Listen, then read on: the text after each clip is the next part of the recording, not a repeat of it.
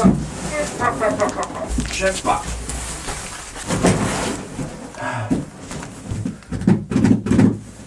C'est ouvert. J'aime pas. Salut à tous les amis, bienvenue sur la chaîne Illico Modélisme. Aujourd'hui est une grosse journée puisque j'ai reçu un nouveau véhicule, le Obao Hyper SS Truggy en version électrique. Et c'est une version roller. Et ça me fait un petit quelque chose parce que le dernier Truggy 1/8 que j'ai possédé, c'était un Kyosho Inferno ST US Sport, la première version. Donc ça remonte à 2007. Alors autant te dire que ça commence à dater évidemment, hein. Là on va partir évidemment sur quelque chose d'électrique, puisque le Kyosho était thermique, hein. Donc ce sera donc une autre philosophie, un autre pilotage, mais je pense que ça va être plutôt cool.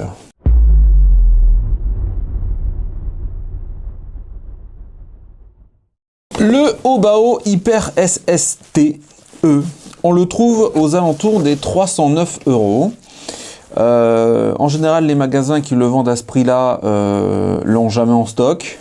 Il faut soit le commander, soit attendre qu'il y ait du stock. Donc moi, je l'ai pris chez Bred's Modélisme. Il est un peu plus cher, mais comme j'avais des points cadeaux, ça me l'a fait quasiment au même prix. C'est sûr qu'à ce tarif, on se demande vraiment si ça vaut le coup. Et bon, vous connaissez certainement déjà la réponse, puisque à l'intérieur, tu n'as ni électronique, et le véhicule est monté à 80%. On va faire une petite aparté sur les versions roller. Qu'est-ce qu'une version roller? En gros, ton véhicule a été monté, mais n'a pas été terminé. C'est-à-dire que les roues sont à coller, il n'y a pas l'électronique, la carrosserie est à peindre. Du coup, ça te laisse libre dans tes choix de moteur, d'électronique de façon générale. Et évidemment, vu que la carrosserie est à peindre, et ben aussi tu peux choisir tes couleurs sur le véhicule. C'est en cela que c'est un avantage de prendre en général une version roller. Moi, c'est ce qui m'a attiré avec cette version, parce que évidemment, il existe en version RTR, qui est forcément beaucoup plus cher, enfin beaucoup plus, il est plus cher. Mais là, l'intérêt, c'est que pour 309 €, si tu as déjà tous les éléments qu'il te faut dans l'atelier, en théorie, le véhicule, il devrait me coûter 309 €, parce que j'ai déjà tout dans l'atelier pour pouvoir le monter. J'ai moteur, contrôleur, j'ai certainement un cerveau qui doit traîner quelque part, des bombes de peinture, j'en ai tout un tas là-bas, la radiocommande, j'ai ce qu'il faut. Donc pour moi, c'est qu'un avantage d'avoir acheté une version roller. Déjà, on voit un Hyper SS Truggy. Alors, ce qu'il y a de bizarre, c'est celui-là, là. On dirait le Buggy Cage. Je sais pas pourquoi il est là, lui. Parce que c'est lui que j'ai acheté, tu vois. Et en plus, c'est pareil. On a une photo avec toute la déco du Truggy RTR, du même nom, hein. Et je comprends pas trop pourquoi ils mettent ça en visuel. C'est assez bizarre. Ça porte vraiment à confusion, je trouve. Mais bon.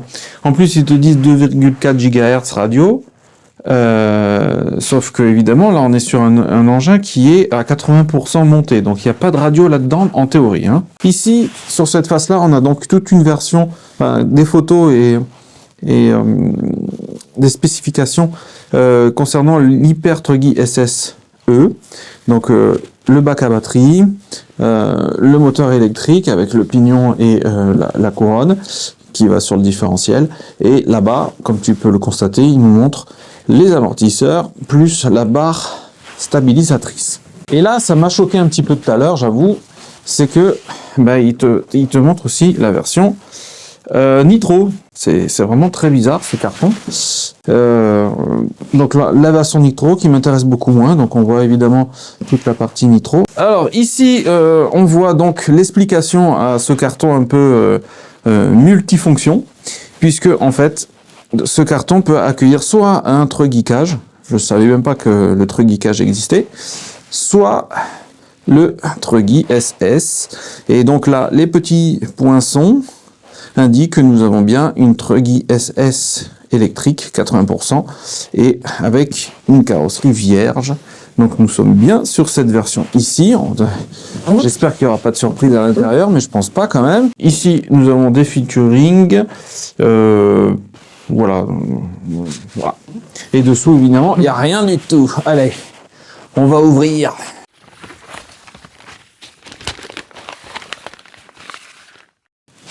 Allez, ouvrons ce carton. Pouf! T'as envie de voir l'intérieur? Allez, je t'approche. Je suis gentil avec toi, hein, t'as vu? C'est pas bien, là? Alors, qu'est-ce que nous avons ici? Nous avons donc une belle petite notice. Une belle petite notice, Truggy. Voilà, c'est qui est encore une fois une Truggy, une notice multifonction. Bon, je vais pas l'ouvrir parce que c'est chiant de regarder les notices. Hein, voilà. Moi, je trouve que c'est chiant. Ici, nous avons les pneus qui, donc, avec les mousses, qui seront accolés. Pneus avec mousse. Pneus avec encore des mousses. Et pneus avec encore des mousses. Voilà. Alors, ce que je vois, moi, c'est que on a des jantes noires. Là, l'aileron noir, avec de la visserie. Le support moteur, les petits tchitchouks pour tenir la carrosserie. Ici, on a des petits riselants. Bon, bref. Voilà. Bon, allez, je la sors. Ça va, je la sors, c'est bon. Et voici le bestiau. Le bestiau que je vais mettre comme ça pour le moment. Voilà. Évidemment, tu as le véhicule. On va le regarder un peu plus de près après. Tu as les roues qui arrivent comme ça. Enfin, les pneus. Avec les mousses à l'intérieur. Donc, tu en as 4, hein, évidemment, parce que sinon, c'est compliqué. Hein. Ah ouais. Donc, il y en a bien 4. Ici, tu as l'aileron avec tout un tas de pièces indispensables pour pouvoir mettre son électronique à l'intérieur. Voilà. Et bien évidemment, nous avons la notice. La notice que je ne vais pas ouvrir pour le moment. Bah parce que moi ça me saoule de regarder des notices sur une vidéo, donc je vais pas te l'imposer.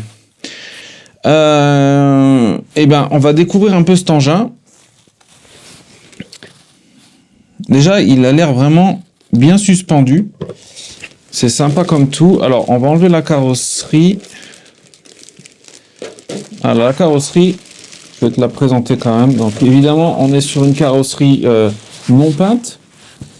Voilà, c'est une belle carrosserie. Moi, j'aime bien cette carrosserie d'Obao SST. Je la trouve très jolie. D'ailleurs, on peut voir aussi que c'est la même que pour la version thermique, hein, puisque tu as l'emplacement pour faire le trou pour pouvoir mettre le moteur thermique. Mais moi, je la trouve très jolie, cette carrosserie.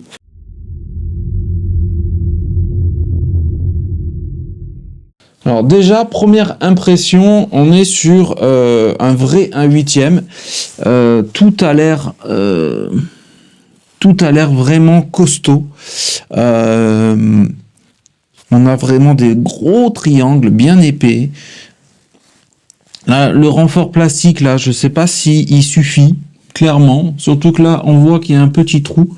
Alors peut-être je me ferai un deuxième renfort. On me l'a déjà conseillé, donc je pense que je le ferai. Évidemment, on est sur des tourelles aluminium. On a les barres stabilisatrices qui sont bien épaisses. Les triangles supérieurs à l'avant, ils sont réglables. Ici, on a ces espèces de garde-boue qui ont l'air plutôt... Ouais, je sais pas si c'est vraiment bien ça. Je sais pas trop. Moi, je préfère carrément le garde-boue ici, là, direct, là, paf. Au moins, t'es tranquille. Ici, on a le petit support d'antenne. C'est rigolo comme il est fouchu. J'aime beaucoup. Avec le petit ressort. Voilà. Une petite protection pour le différentiel central. Ici, on a le support moteur en aluminium. Vraiment, c'est une belle bête quand même. Hein. Les amortisseurs ont l'air vraiment gros. Vraiment, ouais. Bon, après, je vais pas m'amuser trop à le bouger, hein, parce qu'il a pas ses roues complètes. Ouais, j'aime beaucoup. Alors, par contre, les jantes noires comme ça, je suis pas super fan, mais bon, pour débuter sur la piste, ce sera très très bien. Donc, tout est bien calé, rien ne bouge, il y a rien de bizarre. J'ai l'impression, je vais pas trop le bouger comme ça, bien sûr, mais j'ai l'impression que les diffs sont très libres. Sont très très libres. Mais bon, ça, on verra plus tard. De toute façon, là, en fait, même les amortisseurs, ils sont déjà remplis, les diffs sont remplis, etc. Il n'y a rien à faire, en théorie, sur les amortisseurs et les diffs. Je pense qu'Obao, puisque c'est quand même une marque Obao qui fait des machines pour rouler sur circuit. Ils sont quand même assez compétitifs, hein, parce que dans les années 2007, 2008, je sais plus, ou 2009, je sais plus, mais on a eu un champion d'Europe qui roulait avec un Hyper 9 ou un Hyper 8 ou un Hyper 7, je sais plus. Enfin, bref. Donc Obao, c'est pas une marque née de la dernière pluie, et ils sont très portés quand même sur la compétition et en tout cas sur circuit. Donc c'est vraiment une machine qui est faite en théorie pour circuit. Donc je pense que les amortisseurs et les différentiels ont été remplis de façon à rouler sur circuit. Et c'est pour ça que le premier run que je ferai avec cet engin, je garderai évidemment ces huiles. Après, je verrai si je dois changer ou quoi. Je rajouterai un support ici, hein, comme j'en ai déjà parlé il y a 2 secondes, ou il y a 2 minutes plutôt. Pourquoi ? Parce que, en fait, si tu regardes bien, le châssis est large ici. Hein, il est bien large. Et puis là, il devient tout petit. Voilà, on n'a pas cet effet sur les buggy en général. Enfin, en tous les cas, c'est moins flagrant. Sur les truggy, tu peux regarder, hein, tous les truggy de circuit et de compétition, il y a ça, là, cette espèce de réduction de matière ici. Et ce qui fait que là, forcément, vu qu'il y a moins de matière en largeur, c'est plus fragile. C'est tout simplement de la logique. Mais voilà, c'est le défaut de tous les truggy pour moi.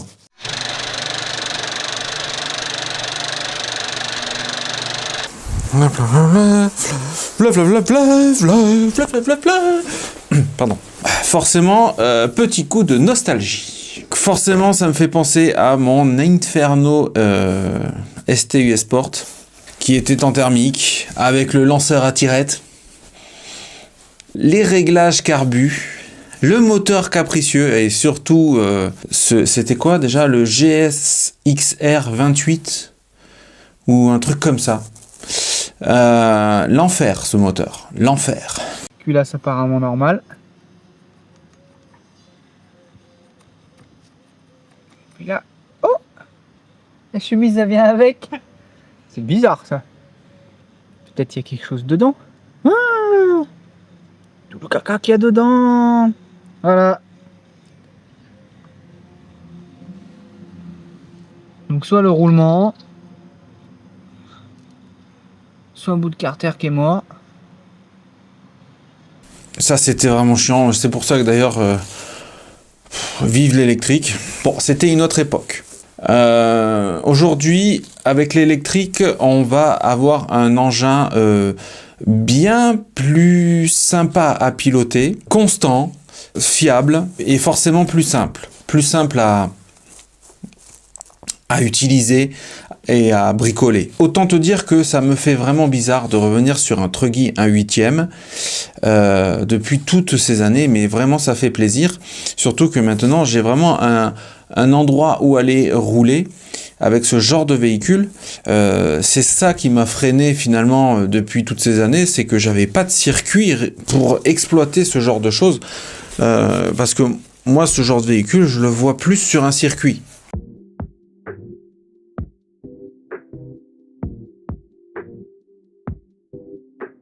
La question maintenant, c'est qu'est-ce qu'on va lui mettre à ce monsieur ? Déjà, j'ai ce petit moteur en stock qui est dans l'atelier. Donc, c'est un... Je sais même pas ce que c'est. Donc, c'est un 4076 et il sera en 2000 kV. Et est-ce qu'il a la place ? Il a toute sa petite place. Ça sera bien pour commencer. Alors c'est du surpass hobby, hein. Mais je pense qu'en 2000 kV ça devrait le faire quand même. Ça devrait être pas trop mal. Dis-moi si ça te paraît bien ou pas bien, ou trop gros ou trop petit. Pour commencer, ça peut être pas mal. Après, je prends ce que j'ai en stock dans l'atelier. En contrôleur, j'ai prévu ceci. C'est un 150 ampères, un surpass hobby aussi. Sincèrement, je sais pas du tout ce que ça donne. Si tu veux la référence, bah il y en a pas. C'est un 150 ampères, voilà, surpass hobby. Et je pense que ça va ici. Je pense que ça va ici. Alors à mon avis, ça va plus comme ça, dans ce sens-là, je sais pas, ou ce sens comme ça, ou comme ça peut-être. Ouais, peut-être, j'en sais rien. Bref, on verra ça à ce moment-là. Concernant le cerveau, il faut que je farfouille un peu dans mes boîtes là-bas.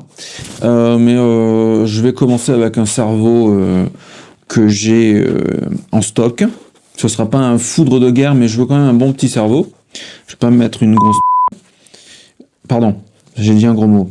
Je vais pas mettre un truc tout pourri. Ça va, c'est pas un gros mot, tout pourri.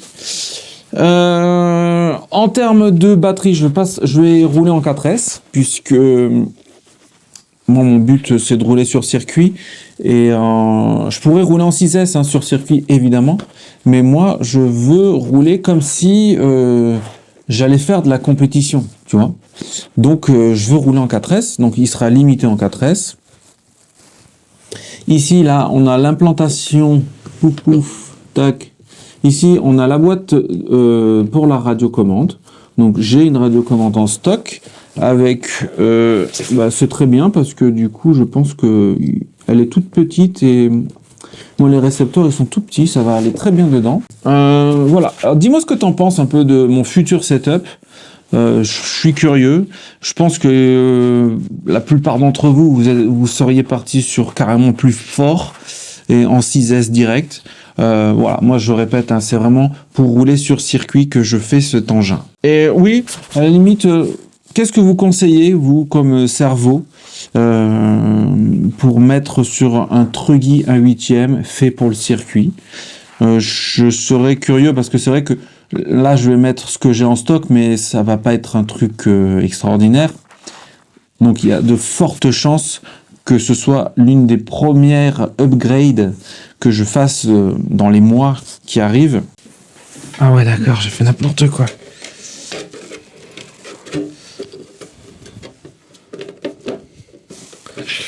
Bon, ces bavettes là, c'est très particulier, hein. Si vraiment c'est efficace, ça restera comme ça, bien évidemment. Mais si ça l'est pas trop, je pense que je mettrai des bavettes, on va dire, traditionnelles.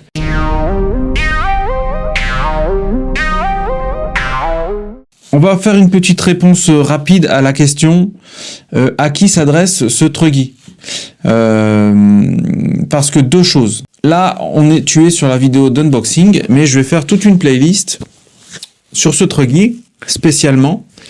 Et on va faire, chaque étape sera filmée et sera expliquée à la manière d'une espèce de gros tutoriel, mais sur plein de petites vidéos. Enfin, petite, on verra combien de temps ça prendra, mais en gros, j'aimerais bien te guider du début à la fin pour monter ce Truggy. On ira jusqu'à peindre la carrosserie, évidemment. Si tu as déduit quelque chose, tu te doutes de quelle couleur je vais utiliser. Oui, donc à qui s'adresse ce Truggy, du coup, c'est la question. Pour moi, ça s'adresse à un débutant.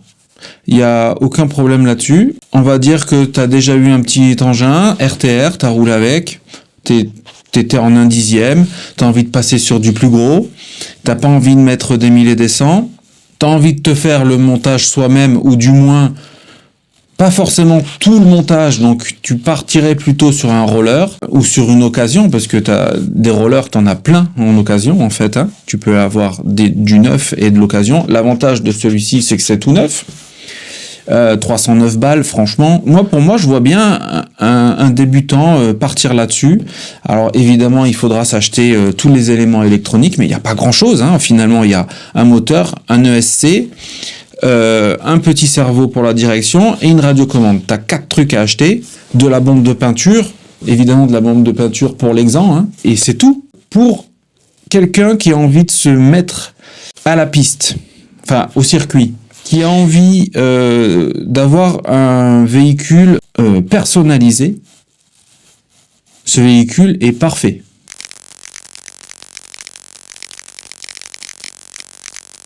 Donc à 309 €, c'est une base super intéressante pour rouler, pour pas trop cher. Et puis surtout pour pouvoir personnaliser vraiment ton véhicule. C'est vraiment super sympa. En sachant que ce n'est pas un kit. Parce que c'est vrai qu'un kit, il faut tout monter. Tout arrive en pièces détachées, tout est à monter. La première impression sur ce véhicule est extrêmement positive. J'adore. C'est du haut-bas-haut. J'ai déjà eu du haut-bas-haut dans les mains. C'était un buggy Hyper 7 thermique. Et je trouve que Obao, ils ont vraiment un truc pour faire des buggy et des truggy. Ils sont très très forts avec ça. Ce sont vraiment de très très très bonnes machines. En tout cas, a priori, comme ça, tel que je la vois là. Oui. Donc, prochaine étape, on s'occupera de l'électronique et de placer le moteur. Je t'ai dit, je vais faire une playlist. Et je pense que ce qu'on fera, c'est élément par élément. Les prochaines vidéos de cette playlist seront peut-être des vidéos très courtes, mais je pense que la prochaine vidéo, ce sera comment placer le moteur à l'intérieur avec son pignon. D'ailleurs, est-ce qu'il y a un pignon fourni? Ouais, il y a un pignon fourni. Tu vois? Donc, je te montrerai comment placer le moteur et caler le pignon avec la couronne du différentiel central. Et puis ensuite, on passera à l'installation du contrôleur, etc., etc. On va faire toutes les étapes ensemble dans cette playlist. Si la vidéo vous a plu, mettez le petit like qui fait plaisir. Abonnez-vous si ce n'est pas déjà fait. Si ce véhicule t'intéresse ou te plaît ou tu as envie de dire quelque chose là-dessus, mets un commentaire. On se retrouve très vite et à bientôt. Tchuss.